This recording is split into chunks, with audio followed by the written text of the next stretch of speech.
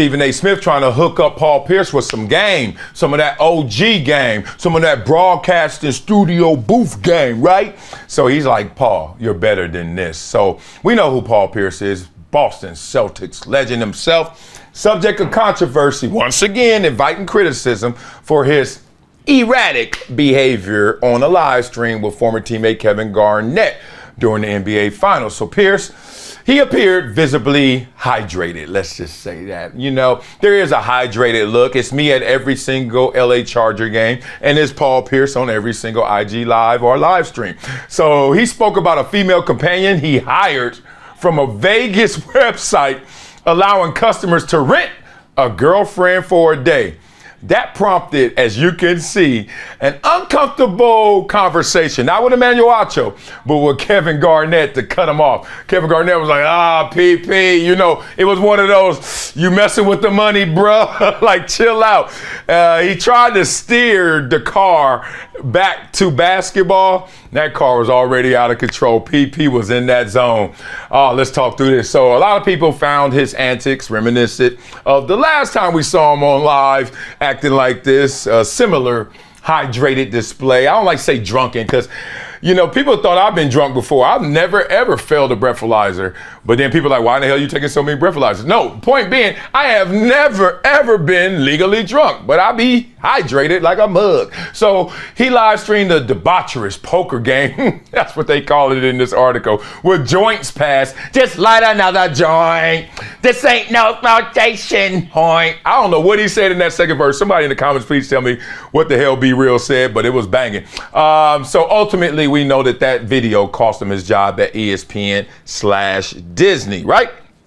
But he didn't seem too damn apologetic when asked about it recently. He was talking about it on the I Am Athlete podcast, and he's like, look, I got fired for having some entertainment. I'm playing cards. It's my boy's birthday. There are girls dancing, and we blowing some tree. What did I do wrong? I didn't do anything illegal. But at the end of the day, it's Disney, and they have a morals clause. Okay.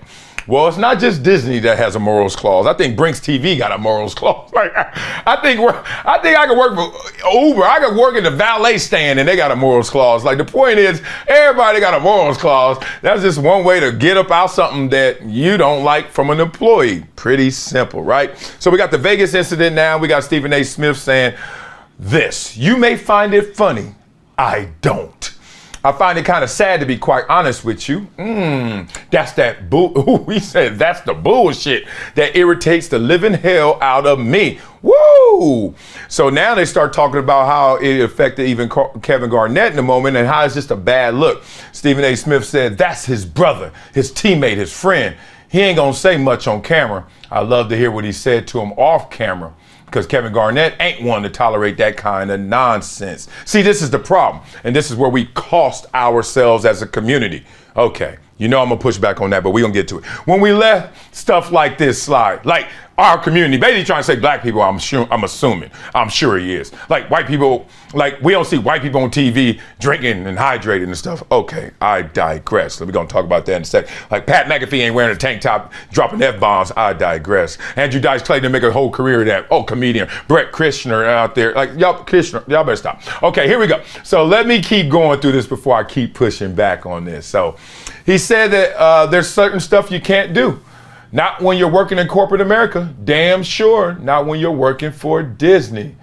That's how you want to be seen. You want the image of you being with a drink in your hand, surrounded by strippers, or pulling out your phone to summon women that you paid for, with alcohol or weed always around you, slurring your speech. Please stop. You mean too much to the game of basketball. It's embarrassing. Come on, bro. You better than that. Now, Stephen A. Smith ain't lying now. Let's talk about this. But this is a case of when keeping it real goes wrong, but you didn't do anything wrong. Now, when I say wrong, I mean illegal, right? You think about it. He didn't do anything illegal. Cards, you can play cards. Strippers, crazy enough, you can have strippers. And weed, you can blow big, depending on what state you're in, but you can blow big, all right? So now, what is he guilty of? What did he do wrong? Because Stephen A. Smith is accurate on this one. So you're not guilty of a crime, but you are guilty of brand misrepresentation and conduct detrimental to your boss's brand. So this is the thing. When you are in corporate America, as Stephen A. Smith is talking about, you have to keep in mind that you are leasing out your likeness to their brand. So if you have your own thing, like Pat McAfee with the tank tops, like all those other guys I named with just F-bombs and drinking, and their whole brand is exactly all the things, cars, strippers, and weed.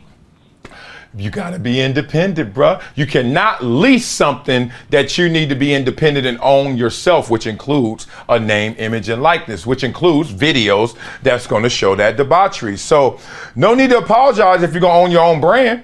I get it. But if you're leasing it for employment, then you're going to have the problem. You're going to have this problem right here, like Doughboy. We got some kind of problem here. That kind of problem when you work for a company, especially Disney. So, you know, Paul's been in this situation before, and I think Paul is just doubling down on, I'm going to be authentic, I'm going to be me, I'm going to be independent, and I'm going to work with those who work with me, not those who are sitting there. And sometimes they can look very hypocritical because, you know, in their real world, in their real life, not on the job, they will act different. Paul's trying to merge the two. The only way to merge the two is to separate the two from working employee and being independent as a boss.